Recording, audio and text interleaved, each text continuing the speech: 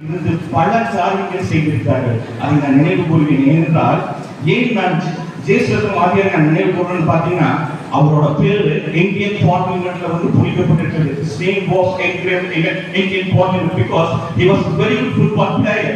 He represented for India. In this purpose only his name was engraved in Indian Parliament. இது எத்தனை பேருக்கு தெரியும்? நம்முடைய இருந்தவர் நம் முன்னோர் உடைய பெயர் அங்க பொறிக்கப்பட்டிருக்கிறது இந்தியாவுடைய பார்லிமெண்ட். இது எவ்வளவு பெரிய மிகப்பெரிய விஷயம். அப்படி ஒவ்வொருவரும் அதே போல செலை ஆசிரியர், அதே போல ஆத்தாரி ஆசிரியர், தேவானந்தம் ஆசிரியர், அருளானந்தம் ஆசிரியர், அதற்கு பின்பாக வந்த ஜெயராஜ ஆசிரியர், அவர் மிகப்பெரிய சோசியல் ரிஃபார்மர். இவர்களை எல்லாம் நாம் கொண்டாட மறந்து விட்டோம். ராஜேந்திரன் ஆசிரியர், அவர் மிகப்பெரிய இங்கிலீஷ் டீச்சர். நான் அவருடைய இங்கிலீஷ் படிச்சிருக்கேன். எங்க வீட்டு தான் இருப்பார்.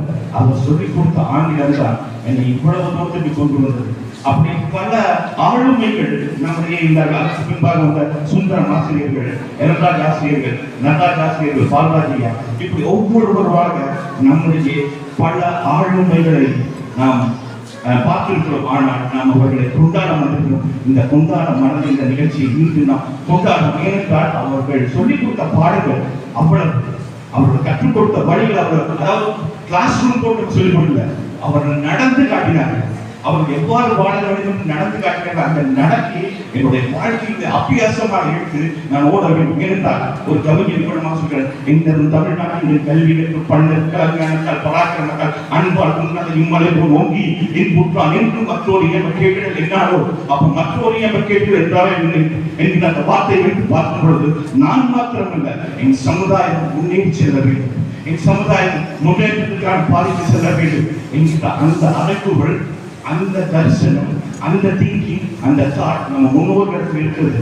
அந்த முன்னோருடைய தாட்னால, அந்த திங்கிங்னால நாம் எல்லாரும் இந்த இடத்துல இப்படி உட்கார்ந்துருக்கோம்னா காரணம் அவர்கள் காட்டிய வழி. ஏனென்றால் இன்றைக்கு நாம் படித்து விட்டோம்.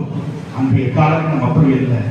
அது மிகவும் கூடிய காலம். அந்த காலத்துல அவர்கள் கற்ற கல்வி, அவர்கள் நமக்கு சொல்லிக் கொடுத்த அந்த பாடம், அதன் விளைவாக நாம் கிளைகளாக இருக்கிறோம். எனவே ஒவ்வொரு சூழ்நிலையும் நாம் இவர்களை நாம் நினைத்து பார்க்க வேண்டும்.